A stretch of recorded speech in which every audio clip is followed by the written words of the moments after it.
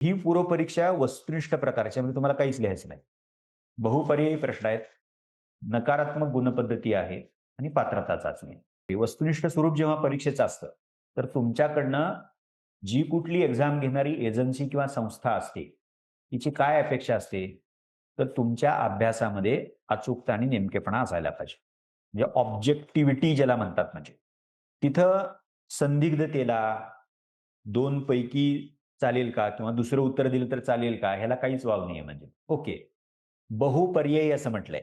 आता एखाद्याला असं वाटेल, की बरं म्हणजे प्रश्नाच्या खाली 4 पर्याय दिलेत म्हणजे माझं जरा काम सोपं होईल म्हणजे तर उलटा विचार करायचा. यू-पी-एस-सी कन्फ्युजन वाढवण्यासाठी तुम्हाला पर्याय देते म्हणजे. आणि त्याच्यावरनं असाही मार्ग काढला असता आपण 100च्या 100 प्रश्नांचे उत्तर लिहून येतो. तसंही करता येत नाही कारण निगेटिव्ह मार्किंग सिस्टम आहे म्हणजे. म्हणजे आपल्या समोरच्या समस्या वाढवण्यासाठीच हा फॉर्मॅट स्वीकारलेला आहे. ओके. हे आपण मुद्दाम म्हणून स्वतःला सांगूयात.